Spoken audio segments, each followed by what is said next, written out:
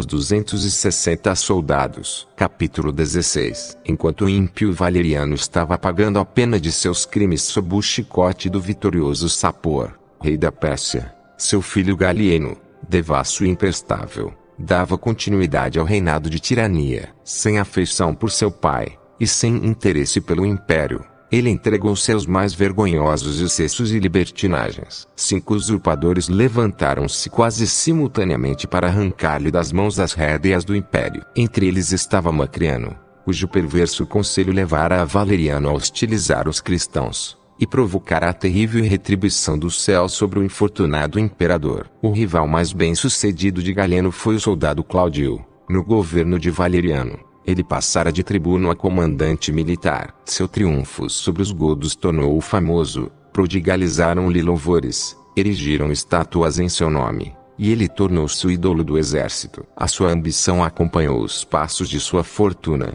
Ele visava o comando supremo. Cláudio era um homem astucioso, e lançou mão de um estratagema para remover seu rival. Escreveu os nomes de alguns dos mais bravos e audaciosos oficiais do exército de Galieno, imitando perfeitamente os caracteres e a caligrafia do imperador. O documento, que pretendia listar os nomes de quem o tirano tencionava matar, foi enviado por um confidente ao campo de Galieno, que se achava sitiado pelo usurpador Aurelo, em Milão. Ele foi recebido por uma das supostas vítimas, que reuniu os demais à sua volta, e resolveram matar Galieno à noite. Quando escureceu, eles deram um alarme falso, e os soldados foram chamados às armas. Na confusão, o ignóbil imperador teve o corpo trespassado por um dardo, e um soldado partiu-lhe a cabeça em 2 partes, com espada. Cláudio foi declarado imperador por seu próprio exército, derrotou Aurelo, e veio a Roma para mergulhar as mãos no sangue dos cristãos,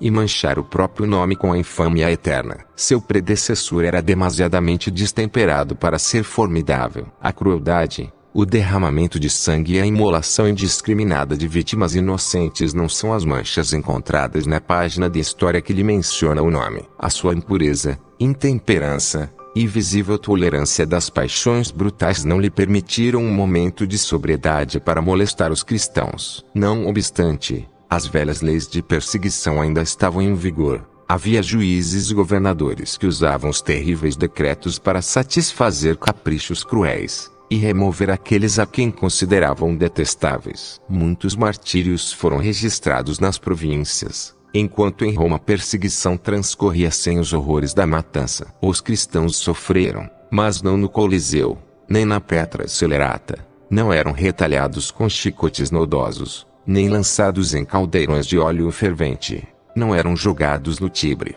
nem decapitados no 3º ou 7º marco miliário. Outra perseguição, uma perseguição mais fatigante, os assolava. Eles eram lançados em prisões repugnantes, acorrentados às galeras, ou forçados a trabalhar como os malfeitores nas florestas e nos poços de areia, nas adjacências da cidade. Assim, quando Cláudio entrou em Roma, já tinha as vítimas preparadas para si. Seu curto e sangrento reinado começou com uma das cenas mais cruéis e dolorosas encontradas nos contos de horror do Coliseu. Nos atos dos nobres persas Mário, Marta e seus filhos, apresentados nos Bolandistas, e datados em 9 de janeiro, e eu de março, lemos o seguinte: ao mesmo tempo, Cláudio ordenou que se algum cristão fosse encontrado, na prisão ou livre, deveria ser punido sem julgamento. Quando esta lei foi promulgada, foram detidos na Via Salária 260 cristãos que, pelo nome de Cristo,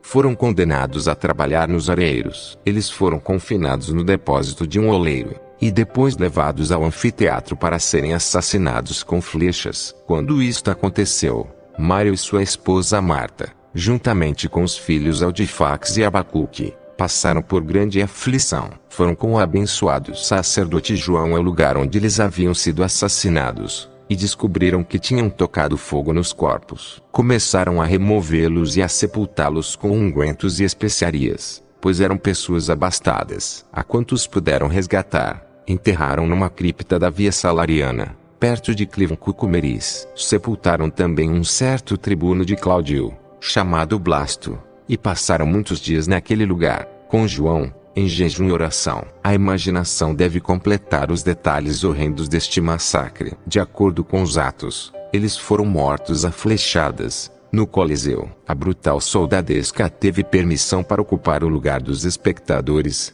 e atirar flechas em seus companheiros, forçados a entrar na arena. Os arqueiros eram sempre os mais selvagens e violentos dentre os militares. Os executores públicos eram geralmente escolhidos nesta unidade. Seus hábitos destemperados, sua aparência rude e bruta, e a sua falta de humanidade faziam-nos odiados pelos próprios pagãos. Eles eram instrumentos de tortura nas mãos dos tiranos, para afligir os cristãos. É doloroso contemplar estes bravos soldados, desarmados, amarrados e silenciosos, esperando que os dardos fatais os atravessassem. Em vão procuramos nos horrores dos naufrágios ou dos campos de batalha por algo que pudéssemos comparar a esta cena. No primeiro, os terrores são mais na antecipação que na realidade. A onda que engolfa a sua vítima esconde até mesmo a agonia da morte. Um grito ocasional de uma vítima debatendo-se rompe da tempestade.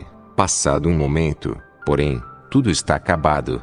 Nenhum vestígio do naufrágio é visto. Os vagalhões rolam, e o vento uiva, como antes. Mas não assim na cena diante de nós, no Coliseu. Durante horas, os suspiros dos moribundos misturam-se às risadas dos arqueiros. Um grupo está de joelhos, mãos postas em oração.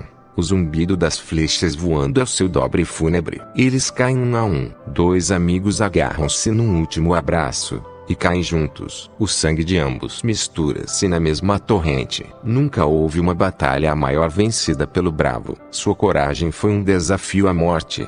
O espólio de sua vitória, a maior riqueza já obtida. Seriam esses pobres soldados estranhos a todos os laços de afeto e paixões da alma? Certamente que não. A graça de sofrer o martírio não significa o entorpecimento das sensibilidades humanas. As suas afeições, seus medos e dores são sentidos tão fortemente quanto no coração do soldado moribundo no campo de batalha. O lar, a família e os amigos eram amados pelo mártir. Mas o bálsamo sobrenatural da graça amortecia a pontada da separação. Os pais idosos, o cônjuge amado, e os filhos queridos eram alegremente entregues à providência paternal, que abençoa com o mesmo afago com que pune. Sem um murmúrio, sem um sinal de pesar, eles aguardam a coroa. Dos horrores deste massacre, somos levados em espírito a outra cena, brilhante e consoladora. Podemos imaginar os espíritos dos soldados agonizantes elevando-se acima da abóbada grandiosa do anfiteatro, ostentando coroas de louro imarcessível. Suas almas livres flutuam na alegria eternal. Quando a grande ruína é iluminada numa noite de verão por milhares de pirilampos, como estrelas flutuantes no céu escuro, vêm-nos à mente os anjos brilhantes enviados do céu para saudar aqueles soldados martirizados. É terrível o contraste entre a escuridão do massacre no mundo material e o júbilo que ele causa nas regiões da felicidade verdadeira. Séculos de alegria imutável têm passado sobre aqueles heróis do Coliseu. Curta foi a sua batalha, eterna a sua recompensa. As aflições terrenas são momentâneas, no além-túmulo tornam-se manchas pequeninas no horizonte longínquo do passado. Os tormentos cruciantes do martírio, que a princípio fazem estremecer, são transições instantâneas para a alegria eterna. Não é, pois, com sentimentos de pena ou indignação, que afastamos desta cena de sangue o nosso pensamento. Levantamos o olhar de nossa pequenez para elevá-lo à brilhante galáxia dos espíritos martirizados, nas regiões celestiais, e, viajores que somos neste vale de lágrimas, desejamos juntar-nos a eles em seu incessante hino de gratidão a Deus, por sua misericórdia e bondade.